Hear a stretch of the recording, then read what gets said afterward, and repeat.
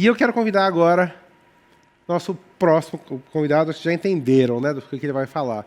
Ele é formado em Harvard, ele lidera a área de design da OnDeck, para o programa de startups. Nos últimos anos, ele trabalhou como designer de aprendizagem para diversas organizações pioneiras em novas formas de aprender. Desde a primeira escola gamificada do mundo, lá em Nova York, até uma startup escalando uma rede de universidades modernas na África. Um olhar muito diferente com vocês, Aaron Appleton.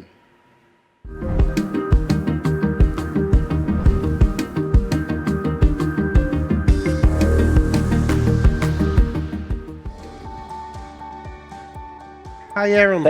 How are you? I'm great. Thank you for that lovely introduction. And what about, can you read in Portuguese what's going on the chat? Are you translating it?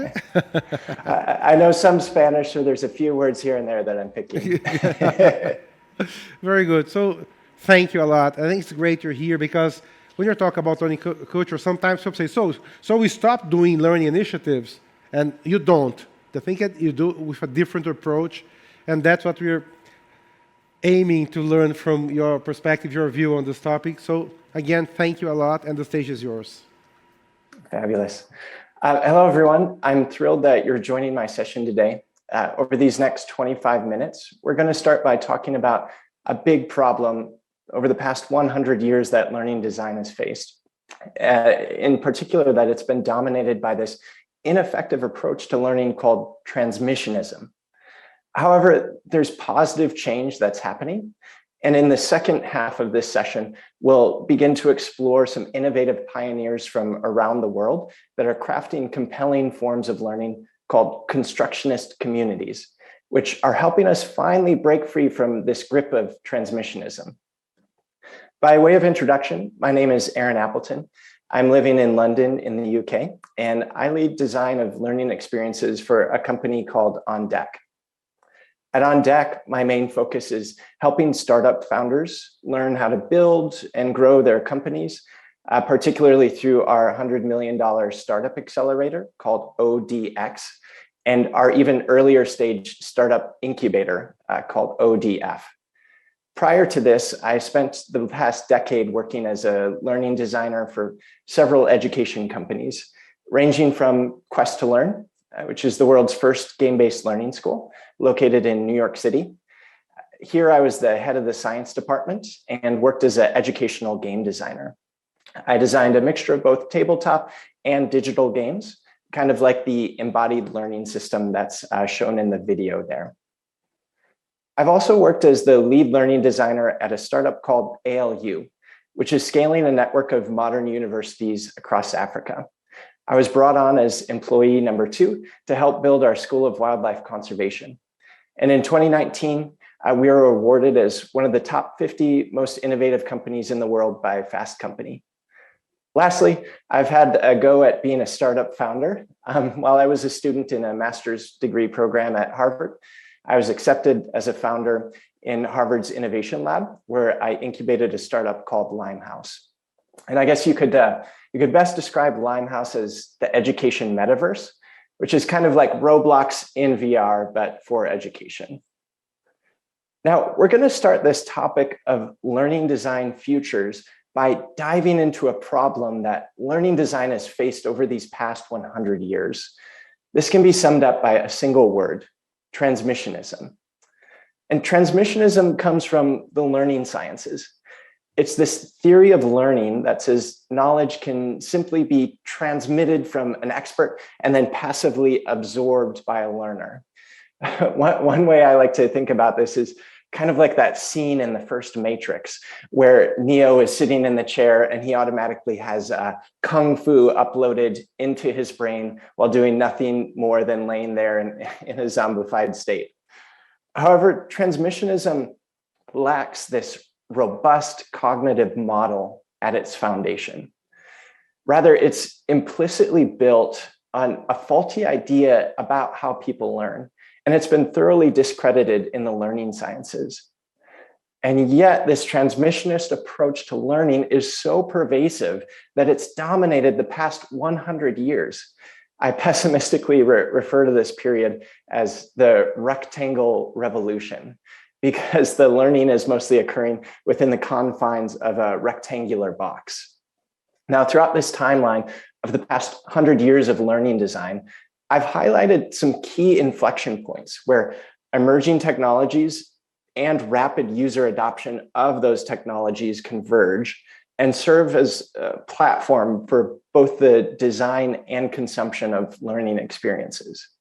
Now, to start with there on the far left, we have a film projector with a dominant learning design output being recorded lectures. Perfect example of transmissionism there. Next, we have the overhead projector. Here, the main learning design output is transparencies, the godfather to our much loved modern day slide deck presentation. But again, transmitting facts at learners who are expected to passively absorb them. When the TV comes along, the primary education use case ends up being live broadcasts of lectures or some educational programming with a bit of narrative arc thrown on it. Transmissionism again. A bit of positive change occurs here with the mimeograph, or the original gangster to our beloved photocopier. And it introduces some interactivity through worksheets. But alas, this still tends to fall into the transmissionist camp by mostly having learners regurgitate facts on the worksheets. Now, the very exciting Apple II personal computer comes along with so much potential to revolutionize learning. However, what ends up happening is that many of the desktop publishing tools are used to create transmissionist artifacts for learners to consume, rather than using this powerful tool to turn learners themselves into the ones doing the creating and learning through that process of creation. Then, around 1993, internet goes mainstream to consumers, followed by cloud computing also going mainstream. But again, primary education use case for both are transmissionist in nature, whether it's MOOCs and the recorded lectures on there, or more recent cohort-based course video conferencing lectures, or web pages for learners to passively consume. Finally, in most recent history, we have mass consumer adoption of the iPhone 1. While again showing so much potential to revolutionize learning, the most popular learning design outputs have been apps built around these transmissionist approaches to learning. Oculus Quest 2 then is released as this low-cost, tether-free headset that it enables greater adoption of consumer VR, but as demonstrated by the most popular education apps in the Oculus Store, the main approach to learning is lectures, but given by 3D avatars in VR. And with the recent popularity of learning DAOs, or these distributed autonomous organizations, what's ended up happening in the most popular ones is after a learner is granted tokenized access into the community, the main learning experiences they encounter are live lectures in Zoom. Now, a way to describe what's been happening here comes from a professor of mine at Harvard named Chris Deedy, which he calls new wine in old wineskins. The new wine here can represent the new technologies. So whether it's VR, the mobile phone, the internet, wherever it may be.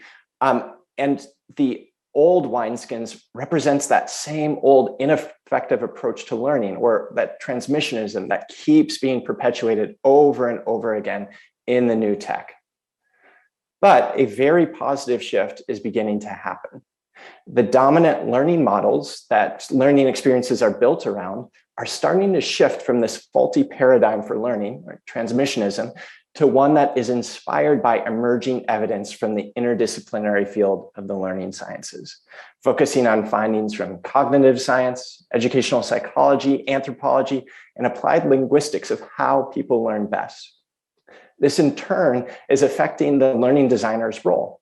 In the past, learning experiences were being designed like learners are riding a bus, where the driver decides where the bus is going and the passengers are just along for the ride.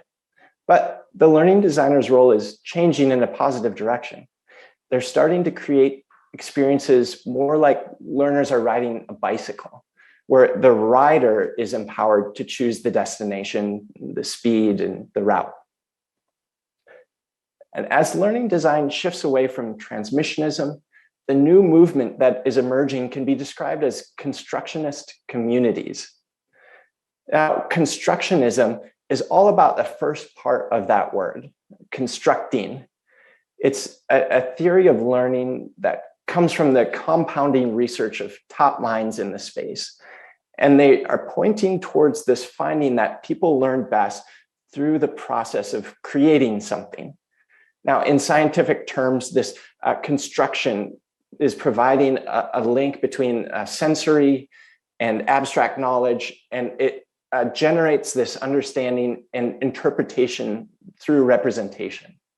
Now, one of my favorite quotes that really helps to distinguish the difference between this transmissionism of the past and this constructionism that's becoming more popular recently comes from MIT's Seymour Papert, where he says, better learning experiences will not come from finding better ways for an expert to instruct, but from giving the learner better opportunities to construct. Now, I started this section by mentioning Constructionist Communities as this new movement in learning that is helping us to break free from transmissionism. But let's break this down and dig into what are the key components of a Constructionist community. Now, those three components are, first, a transformation goal that the learner has. Second, the environment that the learning experience will occur within. And then thirdly, the interactions in that environment that produce the learning. Now, starting with the transformation goal is key here. This is the reason why a learner would want to join a Constructionist community. They seek to be transformed by improving some fundamental aspect of their life. And they believe that the community they're thinking of joining will provide a solution to guide them in achieving this transformation. As a learning designer, your primary responsibility at this stage is focused on doing design research with your learners to really understand what are their motivations, what are their frustrations, their needs, as you start to narrow in on the transformation goal that a Constructionist community can be built entirely around. Now, I'll provide three different examples of these transformation goals from three different types of Constructionist communities. The first comes from HACS. Now, this is a startup accelerator that we at On Deck are friendly with, but HACS's focus is on startups in the hardware space. So the transformation goal that would compel a learner to join HACS is that they seek to become a venture scale founder of a hardware company. An example number two here of a transformation goal comes from an art-based Constructionist community called New Inc., which is a program for creative technologists based in Manhattan. The transformation goal of a learner joining New Inc. is to become a boundary-pushing artist, but that's also able to build a sustainable career around their craft. And the final example of a transformation goal comes from Conservation X Labs. They host this series of global competitions for scientific problem solvers. The transformation goal of a learner joining this community is to become a successful problem solver by designing a solution to a major environmental challenge. So that second component of these Constructionist communities is the environment where the learning experiences unfold. These need to be intentionally designed spaces that allow the learning experiences to create strong emotional and intellectual resonance with learning materials and with other learners. So as a learning designer, your focus at this stage of the environment is on creating this environment that blends both physical and digital. However, an important point is for a learning environment to be most effective, it can't be 100% virtual. There is a need to provide what's called embodied cognition, or using your full body in the learning experience, not just your eyes and your ears. And there's also a need for ecological validity, which is a fancy way of saying the actions that you're taking in a learning experience need to map with real world actions of the thing you're learning to do. So even though there's all these powerful digital world building tools out there, whether it's Unreal Engine or Cinema 4D, these should be used to augment and enhance the built environment rather than fully relied on to house the learning experience.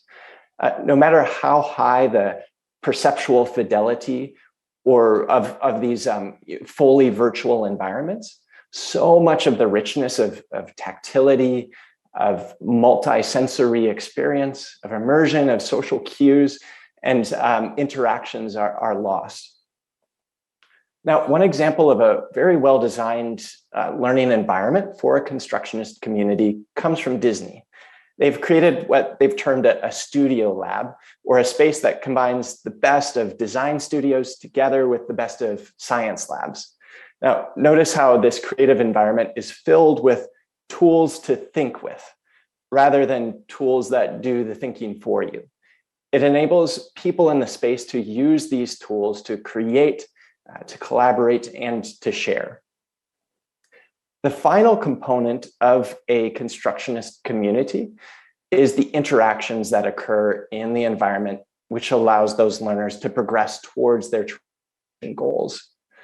The Mda framework here, which stands for mechanics, dynamics, and aesthetics, originated from the field of game design, but it's become this powerful approach for learning designers.